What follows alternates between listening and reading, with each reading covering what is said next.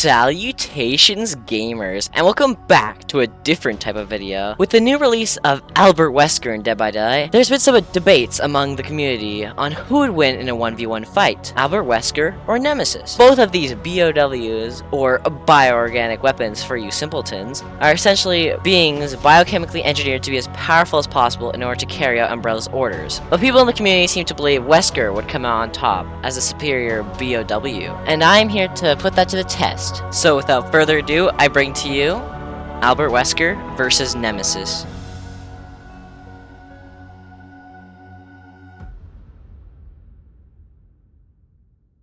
For these rankings, I will use a similar format to Asimov's channel. Sorry dude, I cannot pronounce your name for the life of me. Each BOW will be ranked on agility, the speed at which they can maneuver throughout the fight, dodging and attacking. Durability, how much damage they can withstand before being completely destroyed. Strength, the amount of physical power they can dish out. And finally, intelligence, how essentially smart the BOW is at strategizing and analyzing. All these categories will be put on a 1 to 10 scale, 1 being the worst, 10 being the best, and whoever comes out with the highest score wins. In addition, I'll be adding a weakness category that will deduct points based on weaknesses that fall under the specific category. Let's start out with agility. Albert Wesker has been shown to be incredibly fast, dodging bullets with ease and being able to read movements of his enemies. Chris Redfield shoots a Model 29 revolver, which could shoot up to 370 meters per second, and Wesker dodges it repeatedly while shooting Shiva at the same time. Wesker has also been shown to have an incredible fighting technique with his military training. In addition, Wesker is able to leap insanely high and utilizes this to escape oncoming attacks. Overall, Albert Wesker is incredibly agile, which is why I'm going to give him a perfect score of 10 in this category. As for Nemesis, oh god, Nemesis is astonishingly slow, often walking towards his enemies very slowly, and his attacks are no different. His punches are incredibly sluggish, being dodged by Jill with ease.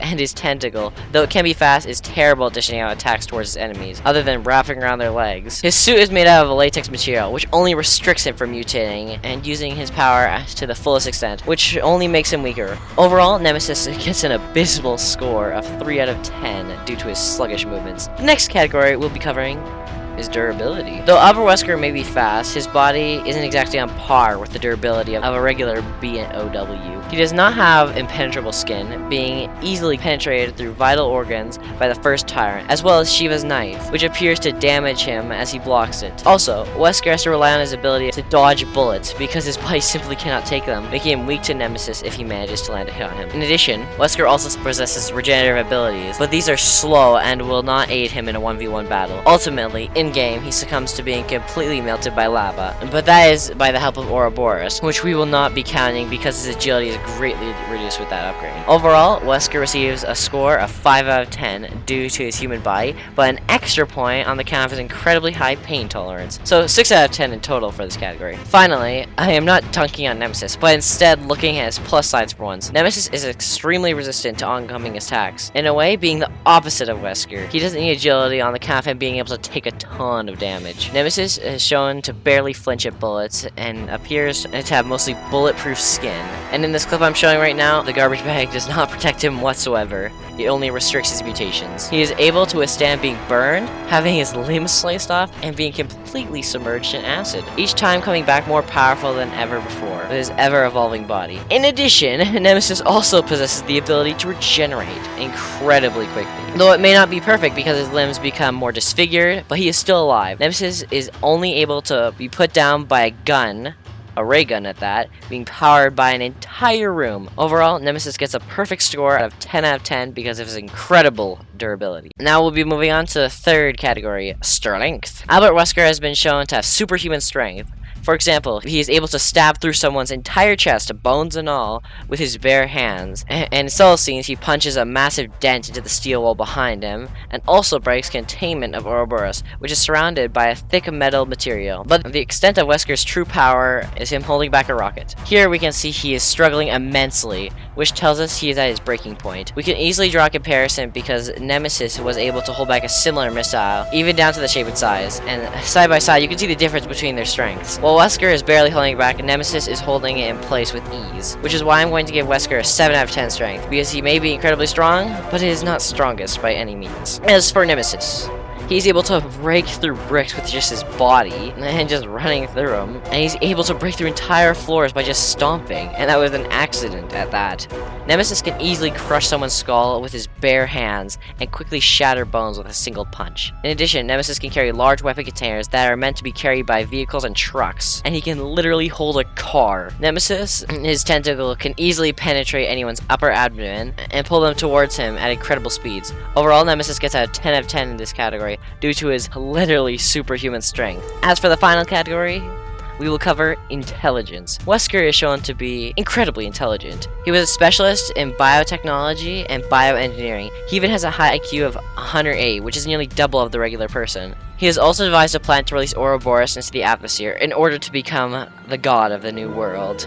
You see what I did there? Wesker is shown to be resourceful. For example, when he was about to be defeated, he released Ouroboros onto himself because he knew he was strong enough to control it, unlike many others. In addition, he turned Jill into a killing machine who worked for him in order to carry out his final plan. Overall, Wesker receives a 9 out of 10 in his intelligence due to the fact that he can be a little too arrogant and cocky. That kind of deducts him from a point. On the other hand, we have Nemesis, who is not very bright. The only word Nemesis can say is stars, which is special tactics and rescue service. Just speaking from the heart, you know. And he can only say that because he's programmed to hunt stars down. In addition, Nemesis has the intelligence to operate a rocket launcher and a flamethrower. But as the game progresses, he becomes more animalistic due to the damage he has taken.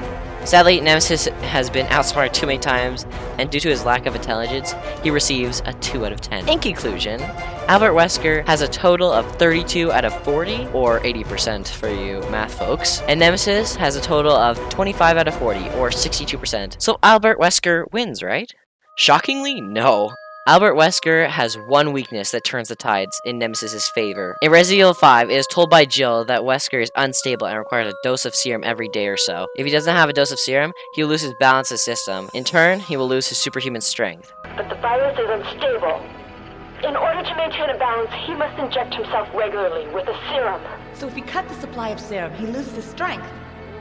Affirmative. And there it is. Due to Nemesis' incredible durability, if this fight may drag on too long, Wesker may lose his strength, giving Nemesis the opportunity to defeat Wesker once and for all. In the truest conclusion, Nemesis would come out on top due to his durability. And that is my interpretation of the outcomes of Nemesis versus Wesker. If you disagree with me, then go to the forums and cry like the little bitch you are! And with that being said, have an excellent evening and a fantastic night, and I'll see you in the next video. Au revoir.